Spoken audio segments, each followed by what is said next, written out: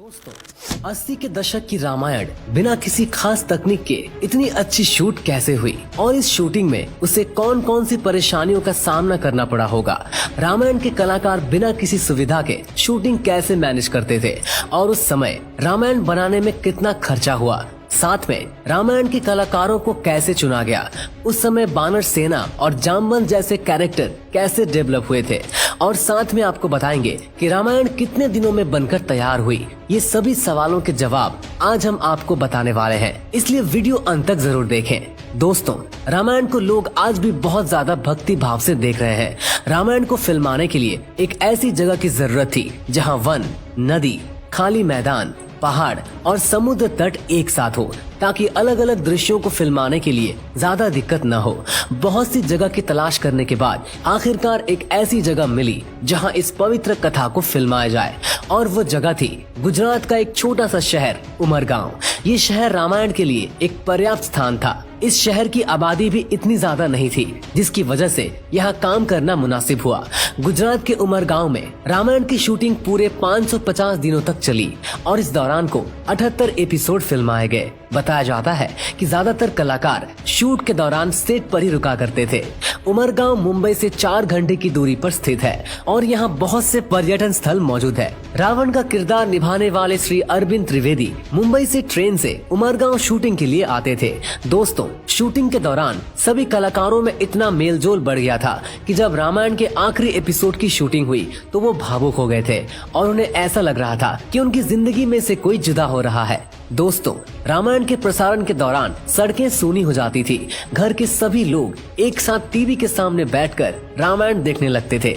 बहुत घरों में तो लोग इस दौरान अपने टीवी पर माला भी चढ़ाते थे। श्री राम का किरदार निभाने वाले अरुण गोविल और माता सीता का अभिनय करने वाली दीपिका को लोग भगवान की नजर से ही देखते थे, और जब भी वो किसी सार्वजनिक कार्यक्रम में जाते थे तो लोग उनके पैर भी छूने लगते थे।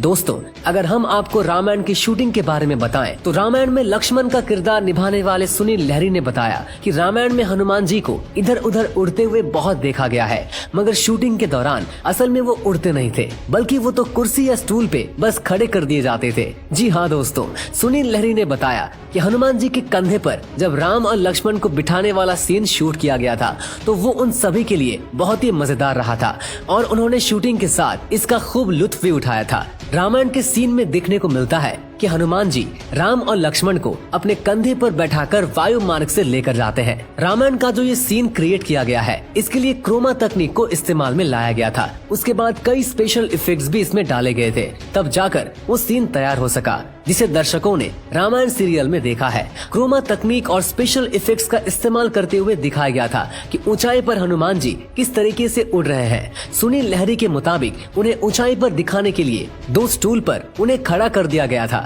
ब्लू क्रोमा और स्टूल पे भी ब्लू रंग चढ़ाकर इस सीन की शूटिंग की गई थी। हनुमान जी के बड़े बड़े हाथ दिखाने थे तो इसके लिए एक रैंप तैयार किया गया था। इसी पर चढ़कर राम और लक्ष्मण जी गए थे और हनुमान जी के कंधे पर वहां बैठे थे। सुनील लहरी ने बताया कि इस सीन की जो शूटिंग हुई थी वो काफी हद तक केवल इमेजिनेशन थे। सुनील लहरी और अरुण गोविल को कुछ पता ही नहीं चल रहा था कि आखिर हो क्या रहा है। कैमरे के पीछे से जो निर्देश नहीं दिए जा रहे थे वो बस उसी को लगातार फॉलो करते जा रहे थे। जिस वक्त इस सीन की शूटिंग चल रही थी उस वक्त अरुण गोविल और सुनील लहरी को ये सीन बहुत ही अटपटा लग रहा था। हालांकि जब एडिट होकर ये उनके सामने आया तो उन्हें बहुत ही खूबसूरत लगा और बाद में दर्शकों को भी ये बहुत पसंद आया। दोस्तों, रामायण की बात करते हुए रामानंद सागर के बेटे प्रेम सागर का कहना है कि जब वे उमरगांव में शो की शूटिंग कर रहे थे तब न जाने कितने ही लोग भगवान के दर्शन करने के लिए वहां पहुंच जाते थे। जी हाँ, केवल आम लोग ही नहीं है, बल्कि कई बार तो VIP भी वहां पहुंच जाते थे और सभी कलाकारों के लिए रहने से लेकर खाने तक की पूरी व्यवस्था भी की जाती थी। इसके साथ ही प्रेम सागर ने यह भी बताया कि शूटिंग करने का कोई समय तय नहीं होता था, यहाँ तक कि शूटिंग सुबह से लेकर आधी रात को 3 बजे तक भी होती रहती थी। दोस्तों, आपको जानकर हैरानी होगी कि हनुमान बने दारा सिंह जी को आधी रात को मेकअप करवाना पड़ता था था और उनका मेकअप करने में करीब 2 से 3 घंटे का समय लग जाता था। इसके अलावा शो में बहुत से जूनियर आर्टिस्ट की भी जरूरत पड़ती थी, तो ऐसे में कई सैनिकों को इकट्ठा करना सच में काफी मुश्किल होता था। बता दें कि इस काम को करने के लिए आसपास के लोगों को गांव में ढोल नगाड़े बजाकर बुलाया जाता था और उनसे ये भी कहा जाता था कि जो काम करेगा उसे फ्री में खाना और कुछ रुपए भी दिए जाएंगे। दोस्तों, रामायण में राम का किरदार निभाकर प्रसिद्ध हुए अरुण गोविल जहां भी जाते हैं लोग उनके आगे नतमस्तक हो जाते थे। इस किरदार में अभिनेता को देखकर ऐसा लगता है मानो वो इसी के लिए बने हो। लेकिन बहुत कम लोग ही जानते होंगे कि रामानंद सागर ने पहले इस रोल के लिए इस अभिनेता को रिजेक्ट कर दिया था। इस बारे में अभिनेता अरुण गोविल ने एक शो में खुलासा किया।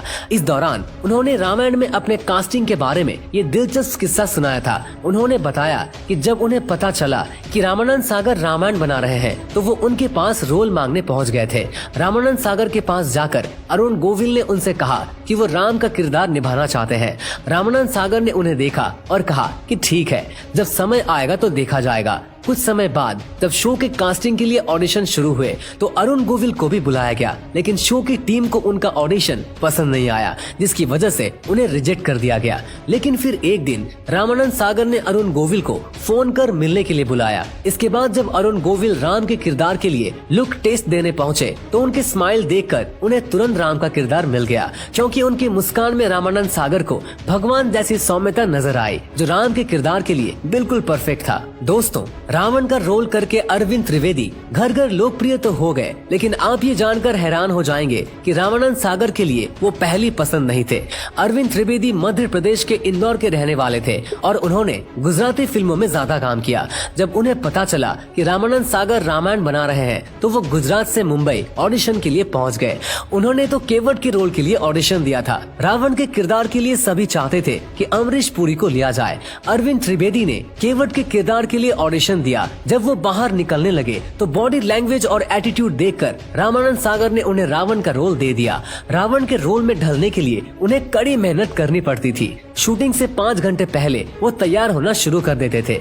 उनकी ज्वेलरी से लेकर कपड़ों का वजन ही कई किलो का होता था। उनका मुकुट ही 10 किलो का हुआ करता था। अरविंद खुद भी राम भक्त और शिव भक्त हैं। जब वो शूटिंग पर जाते थे तो वो पूरा दिन व्रत रखते थे। शूटिंग खत्म करने के बाद वो रात में अपना व्रत तोड़ते थे। उन्हें इस बात का बहुत अफसोस होता था कि स्क्रिप्ट की वजह से उन्हें भगवान राम के लिए कड़वे शब्दों का प्रयोग करना पड़ता है।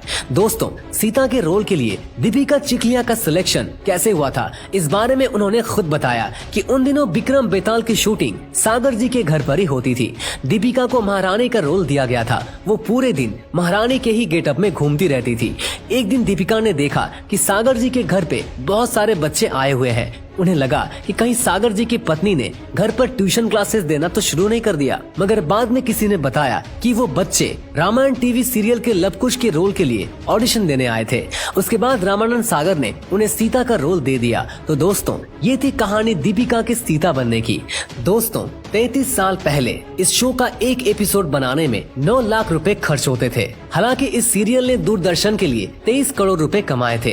रामानंद सागर का शो विक्रम बेताल का एक एपिसोड 1 लाख रुपए में बनता था, लेकिन जब टीवी पर रामायण शुरू हुई तो दर्शकों ने इसे खूब प्यार दिया। इतना ही नहीं, साल 2003 में लिम्का बुक ऑफ रिकॉर्ड्स द्वारा साझा किए गए आंकड़ों के मुताबिक इस पौराणिक शो के पहले टेलीकास्ट एपिसोड को 40 मिलियन लोगों ने देखा था। उस समय रामायण को सिर्फ भारत में ही नहीं बल्कि 53 अलग अलग देशों में दिखाया गया था। तो दोस्तों, आपको ये वीडियो कैसा लगा हमें नीचे कमेंट करके जरूर बताइएगा। और अगर आपको ये वीडियो अच्छा लगा हो तो इससे और भी धार्मिक वीडियोस को फेसबुक पर देखने के लिए हमारे पेज को आज ही फॉलो करें। धन्यवाद।